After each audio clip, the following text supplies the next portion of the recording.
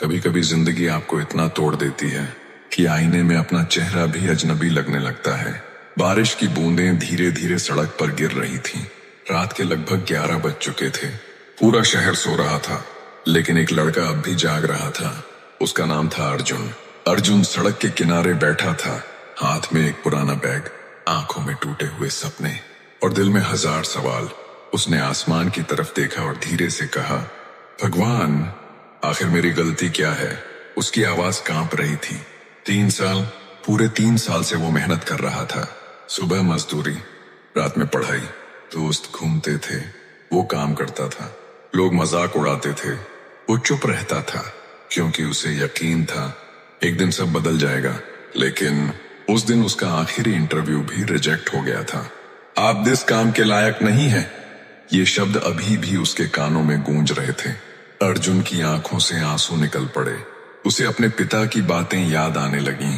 बेटा, गरीब पैदा होना गलती नहीं है, लेकिन हार मान लेना सबसे बड़ी गलती होती है। लेकिन आज पहली बार उसे खुद पर शक हो रहा था। उसने बैग उठाया और धीरे धीरे घर की तरफ चलने लगा। घर क्या था? बस एक छोटा सा किराए का कमरा। जैसे ही वो अंदर गया, उसने देखा उसकी माँ अभी तक जाग रही थी। माँ ने मुस्कुराने की कोशिश की और पूछा, खाना गर्म कर दूं बेटा? अर्जुन ने चेहरा दूसरी तरफ घुमा लिया ताकि माँ उसके आंसू न देख सके। लेकिन माँ तो माँ होती है। वो उसके पास आई और उसके सिर पर हाथ रखकर बोली, फिर से नहीं हुआ ना? इतना सुनते ही अर्जुन टूट गया। वो जमीन पर बैठ गया और रोते हुए बोला, माँ, मुझसे नहीं होगा अब। मैं थक गया हूँ। हर जगह रिजेक्शन, हर जगह बेइज्जती। शायद मैं सच में किसी लायक नहीं हूँ। माँ की आंखें भी भर आईं, लेकिन उन्होंने खुद को संभाला और धीरे से कहा, जब पक्षी जिंदा होता है तो वो चींटी को खाता है, लेकिन जब पक्षी मर जाता है तो वही चींटियां उसे खा जाती हैं। अर्जुन चुपचाप सुन रहा था। माँ ने आगे कहा, समय सबका बदलता है बेटा, बस इंसान को हार नहीं माननी चाहिए। कमरे में कुछ देर तक खामोशी रही। फिर माँ अंदर गईं और एक पुरानी डायरी लेकर आईं।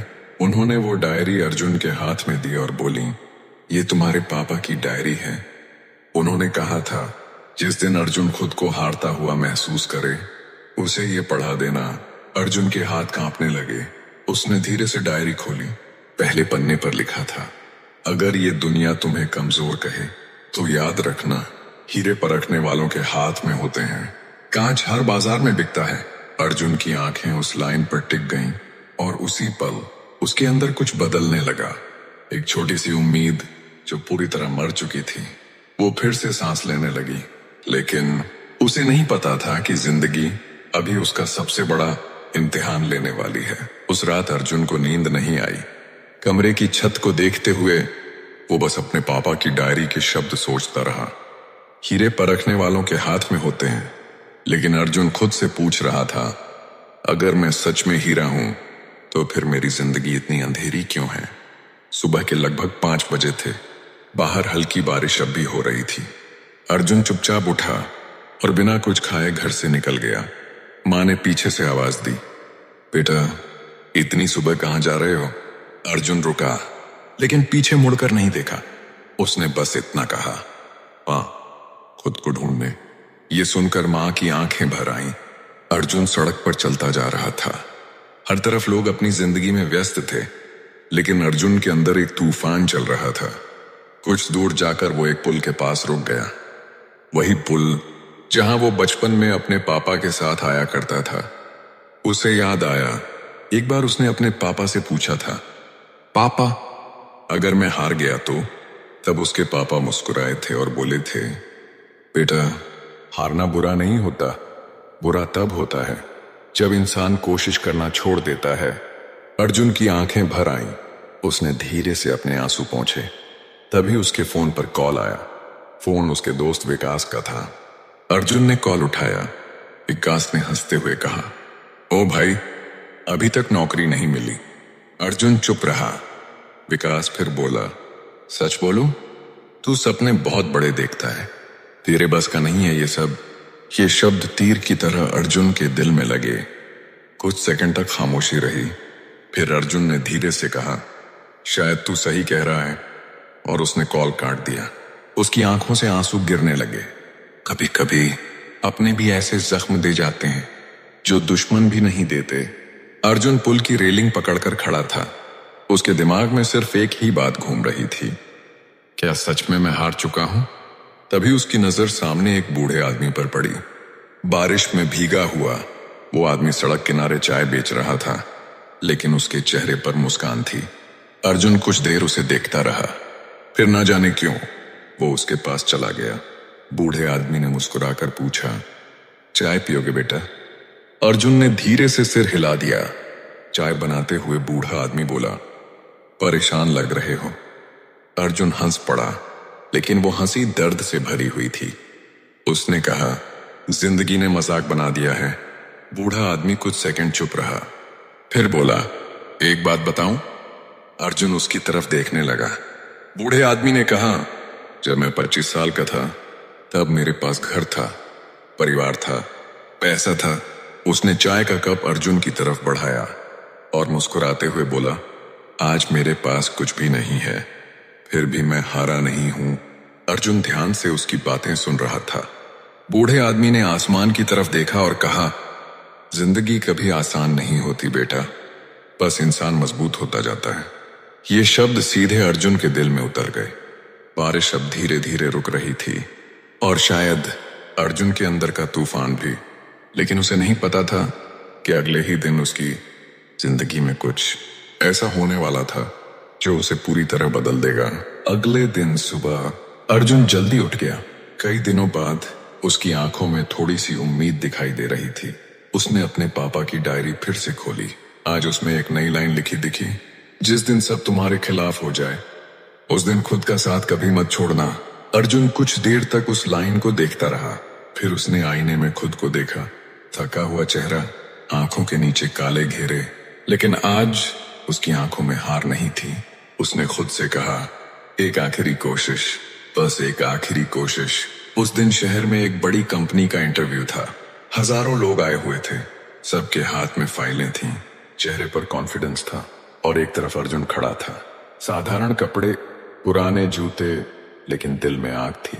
लाइन में खड़े कुछ लोग उसका मजाक उड़ाने लगे, भाई ये भी आया है नौकरी लेने, लगता है सीधे मजदूरी छोड़कर आया है। सब हंसने लगे।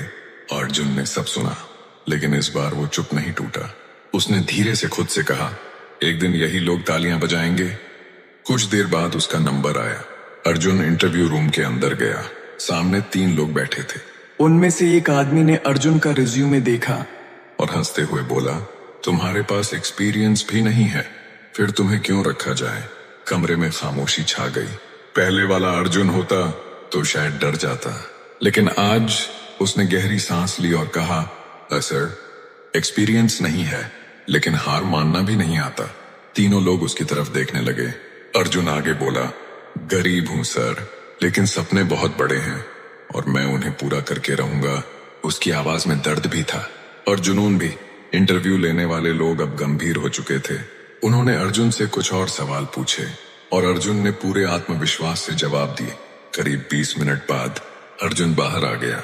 उसका दिल तेजी से धड़क रहा था। कुछ देर बाद कंपनी का एक आदमी बाहर आया और जोर से बोला, अर्जुन।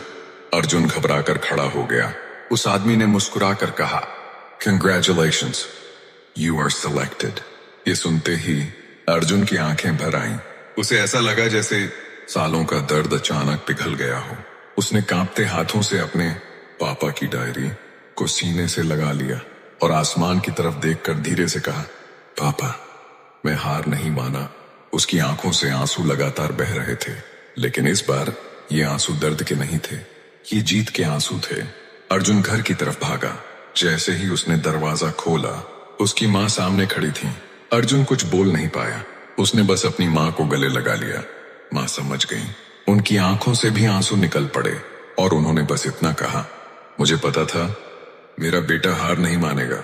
कमरे में खामोशी थी, लेकिन उस खामोशी में एक माँ की जीत छिपी थी, एक बेटे की मेहनत छिपी थी और उस इंसान की कहानी छिपी थी जिसने जिंदगी से हार मानने से इनकार कर दिया।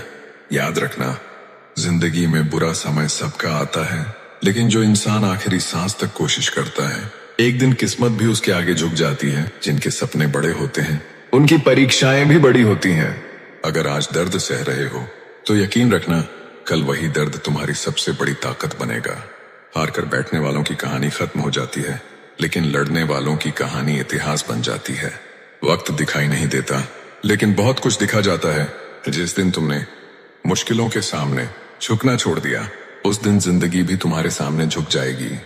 इसलिए हालात कैसे भी हों, बस खुद पर भरोसा रखना और कभी हार मत मानो। आपका एक सब्सक्राइब हमारा हौसला बढ़ाता है। चैनल को सब्सक्राइब कर लेना दोस्तों।